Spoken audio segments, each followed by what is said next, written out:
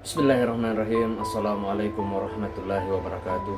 Kembali lagi di channel Mukhtar Aditya Pratama Official.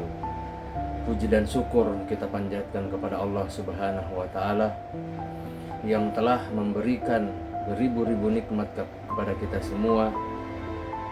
Tak lupa sholawat dan salam tercurahkan kepada Nabi Muhammad SAW, kepada keluarganya beserta sahabat-sahabatnya. Semoga kita semua mendapatkan syafaat dan mendapatkan petunjuk di hari kiamat nanti. Amin ya rabbal alamin.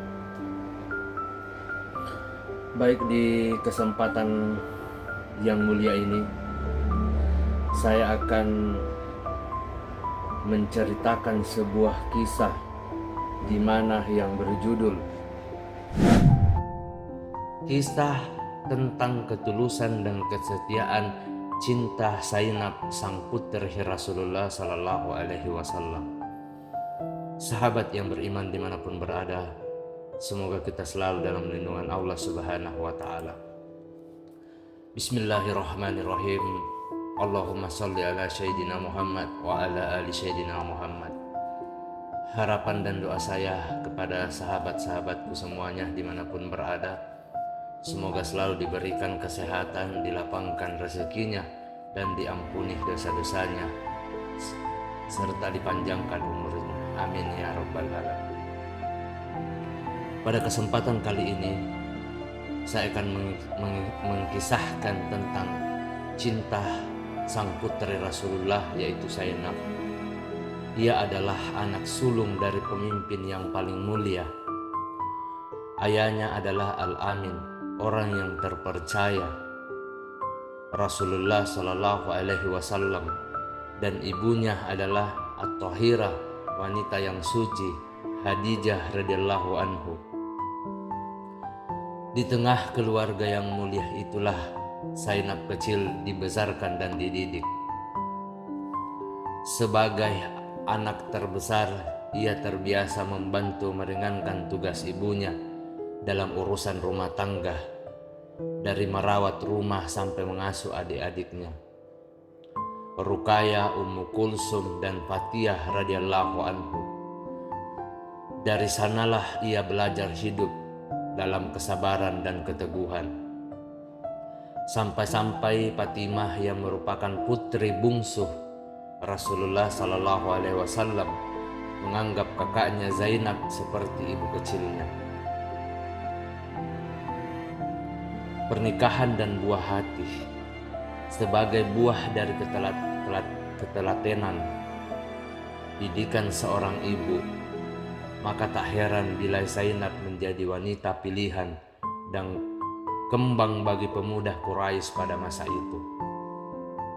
Ketika usia Zainab menginjak 9 tahun, Abul As bin Rabi, putra saudara perempuan Khadijah yang bernama Halah binti Khalid, menaruh hati pada Zainab dan bersegera meminta Zainab pada bibinya Khadijah untuk dilamar menjadi istrinya.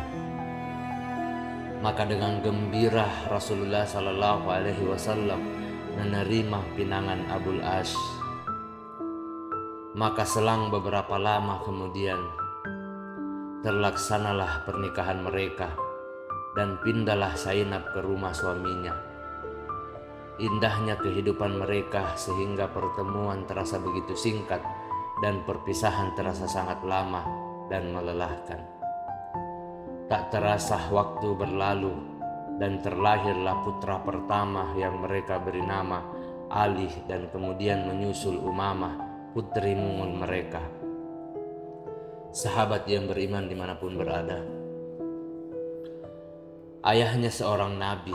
Pada suatu ketika, di saat Zainab ditinggal pergi oleh Abul As bin Rabi untuk berdagang, tersebarlah di Mekah sebuah kabar bahwa telah muncul seorang nabi yang bernama Muhammad bin Abdullah, yaitu ayah Zainab. Tak kalah mendengar kabar itu, Zainab segera pergi ke rumah orang tuanya untuk mencari tahu kebenaran berita tersebut. Sesampainya di sana, ia pun mendapatkan kabar yang benar dari ibunya yang sangat ia cintai.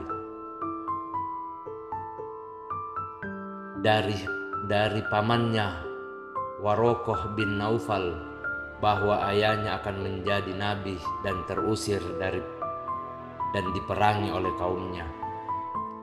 Alangkah senang dan gembiranya Zainab beserta saudaranya mendengar bahwa ayah mereka adalah nabi utusan Allah Subhanahu wa taala.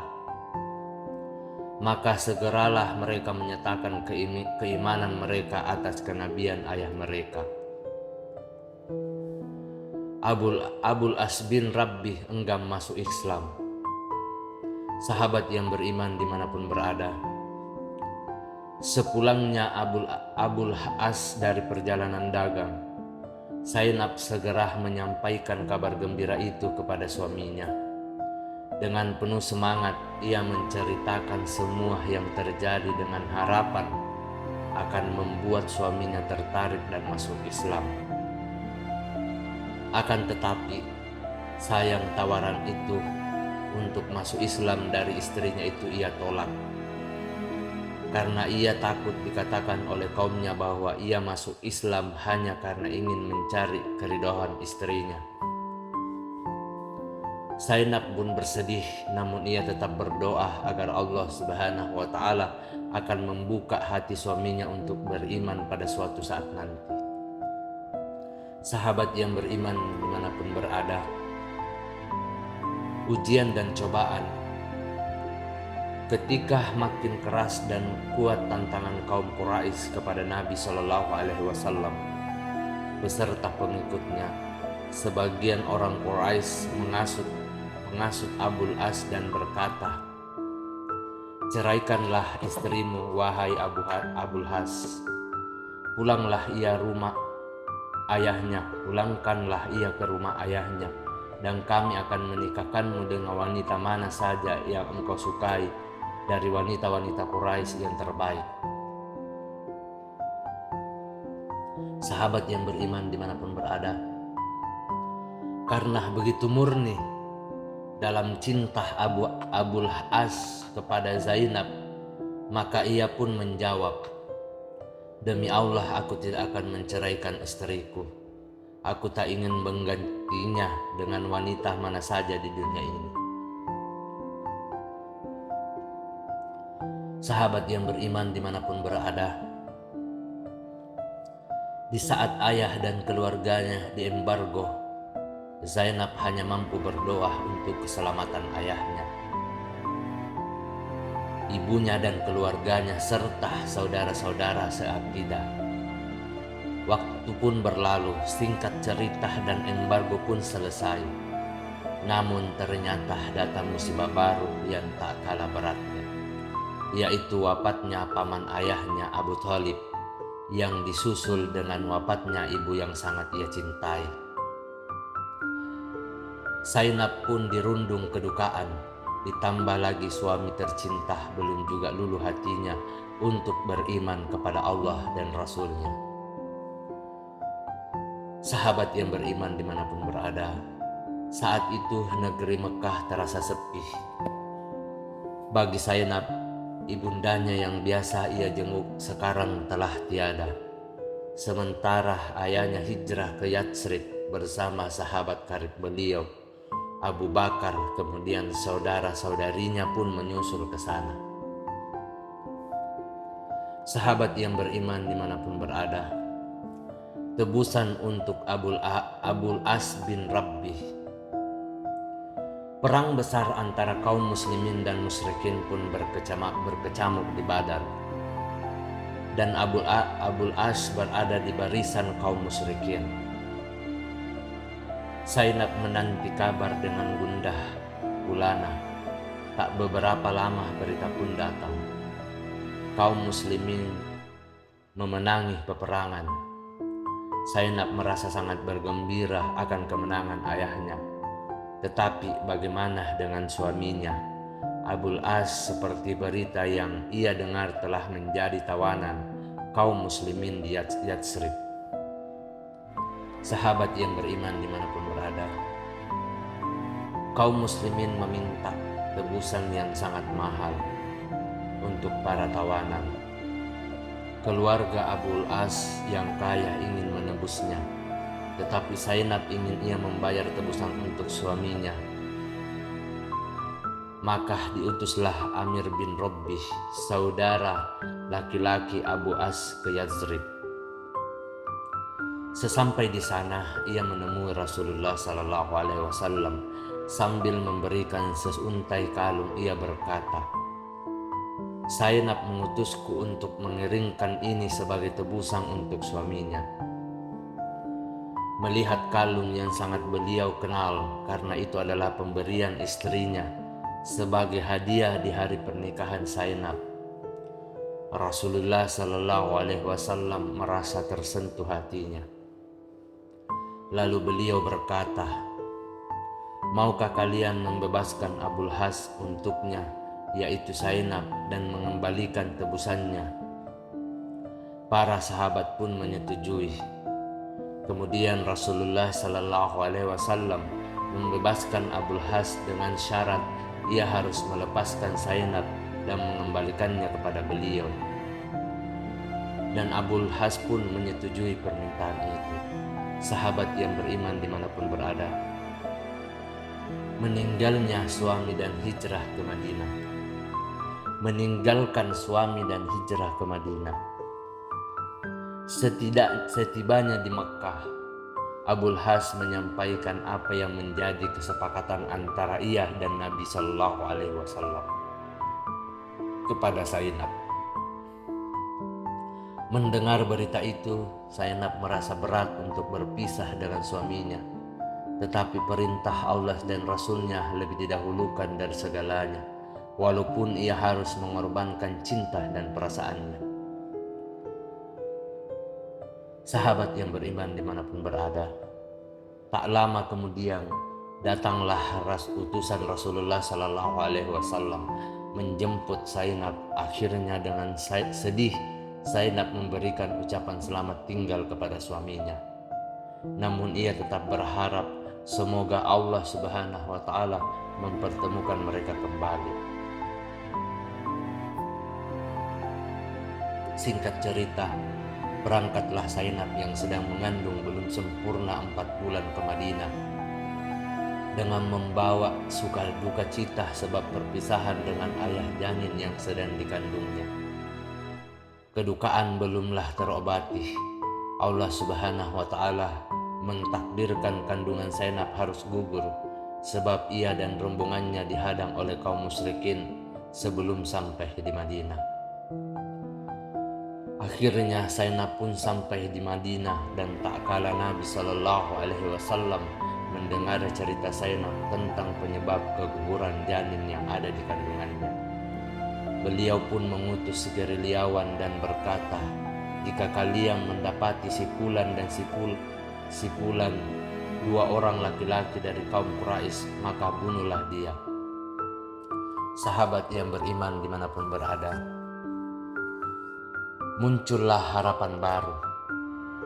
Setelah 6 tahun sudah perpisahan, Zainab dan suaminya berlalu, hingga pada saat itu Abul As bersama Khalifah dagang yang sedang dalam perjalanan pulang dari negeri Syam menuju Mekah melewati Madinah, dihadang oleh pasukan gerilya Rasulullah SAW. Akhirnya Khalifah dagang yang berjumlah lebih kurang 170 orang bersama dengan onta-onta mereka mencapai 100 ekor ditawan dan digiring ke Madinah. Akan tetapi Abu As dapat meloloskan diri. Kemanakah ia melarikan diri? Sahabat yang beriman dimanapun berada, dalam kegelapan malam dengan sembunyi-sembunyi Abul Has bin Rabbih mendatangi rumah Zainab. Zainab pun terkejut menerima kedatangannya, dan ia menyambutnya dengan baik serta memuliakannya. Ketika Abu As bin Rabbih meminta kepada Zainab agar mau memberikan perlindungan kepadanya, Zainab pun menyatakan kesediaannya. sahabat yang beriman dimanapun berada. Semoga kita selalu dalam lindungan Allah Subhanahu wa Ta'ala.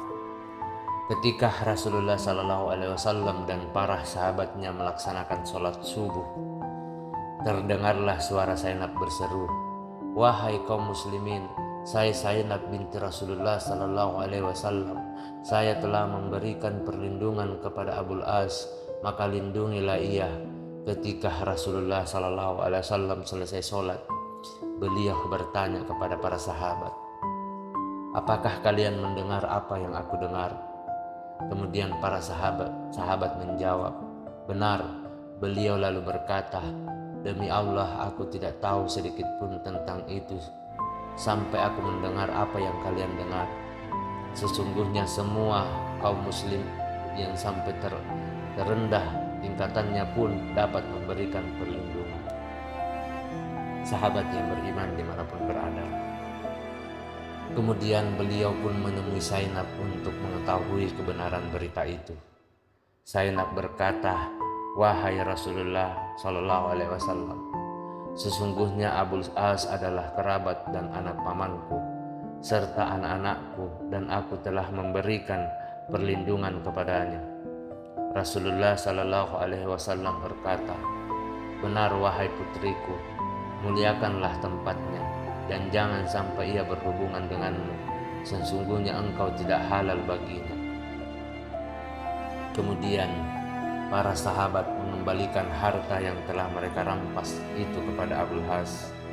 Dan ketika Abul As hendak berangkat ke Mekah, ia berkata kepada Zainab, "Mereka, yaitu para sahabat, telah menawarkan kepadaku untuk masuk Islam, tetapi aku menolak sambil kukatakan, sungguh buruk diriku memulai agama baruku dengan pengkhianatan."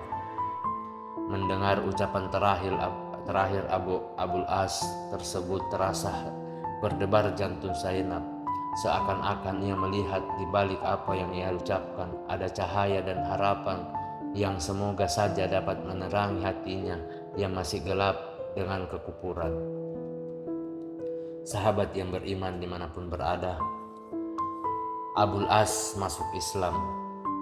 Sahabat yang beriman, sesampai di Mekkah, Abul As memberikan harta-harta yang diamanahkan kepadanya kepada pemiliknya. Kemudian ia berseru, "Wahai kaum Quraisy, apakah ada di antara kalian yang hartanya belum aku kembalikan?" Mereka menjawab, "Tidak ada, semoga Allah membalasmu dengan kebaikan. Kami telah mendapatimu sebagai orang yang memegang amanah dan mulia." Lalu Abul As berkata, "Jika aku telah mengembalikan hak-hak kalian, maka sekarang aku bersaksi bahwa tiada yang berhak diibadahi selain Allah dan Muhammad adalah utusan Allah. Demi Allah, tidak ada yang menghalangiku untuk masuk Islam sewaktu bersama Muhammad di Madinah, kecuali aku takut kalian mengira bahwa aku ingin memakan harta kalian. Tetapi setelah aku mengembalikan harta itu kepada kalian dan sekarang aku telah melepaskan tanggunganku, maka aku masuk Islam." Sahabat yang beriman dimanapun berada, berkumpullah kembali. Setelah itu ia kembali lagi ke Madinah untuk berkumpul kembali dengan Zainab. Ia telah lama menantinya dengan sabar. Di Madinah ia disambut oleh kaum muslimin dengan gembira. Lalu Rasulullah SAW mengembalikan Zainab kepadanya, dan mereka berkumpul dan bersatu kembali dalam kebahagiaan, bahkan lebih dari sebelumnya. Karena kali ini mereka dikumpulkan dalam agama tauhid. Namun kebahagiaan ini ternyata tidak lama dinikmati berdua dibanding masa sulit dan dipenuhi kesabaran yang mereka harus jalani. Sahabat yang beriman dimanapun berada, perpisahan untuk selamanya. Waktu berlalu tanpa terasa, genap setahun Zainab berkumpul kembali dengan suaminya. Zainab sang mujahidah, wanita penyabar dan tegar itu telah kembali menghadap Sang Khalik.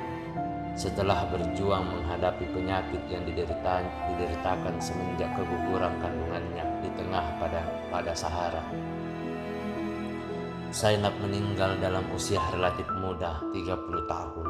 Namun begitu dewasanya sikap dan ketabahannya yang patut diteladani oleh para remaja muslimah yang datang sesudahnya.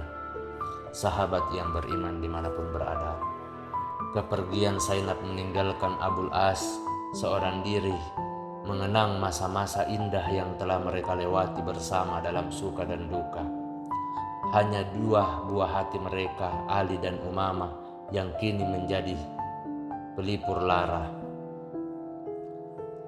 Kedukaan pun menimpa Nabi SAW.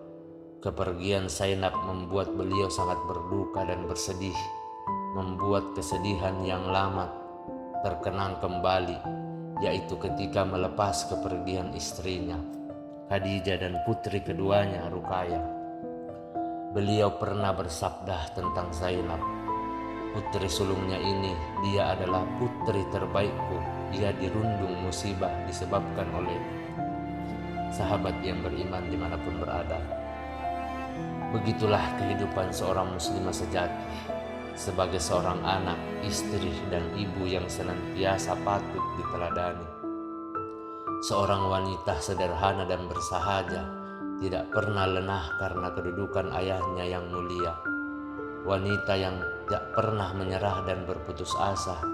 Di dalam jiwanya terdapat kebesaran dan keagungan yang mengalir dari ayahnya Muhammad sallallahu alaihi wasallam. Semoga Allah meridhoi dan merahmati Zainab. Amin ya rabbal alamin. Sahabat yang beriman dimanapun berada, semoga kita selalu dalam lindungan Allah subhanahu wa ta'ala. Demikianlah kisah tentang perjalanan cinta, ketulusan, dan kesetiaan Zainab, sang putri Rasulullah. Semoga apa yang saya sampaikan pada kesempatan yang mulia ini bisa bermanfaat untuk saudara-saudariku dimanapun berada, terutama yang menonton video ini. Mohon maaf apabila ada salah kata ataupun ucapan dalam video singkat ini. Perlu kita ketahui bahwa kebaikan datang dari Allah Subhanahu wa ta'ala dan kesalahan datang dari saya pribadi selaku manusia biasa yang tidak pernah luput akan kesalahan. Akhir kata, subhanakallahumma wa bihamdika asyhadu an la ilaha illa anta astaghfiruka wa atubu ilaik.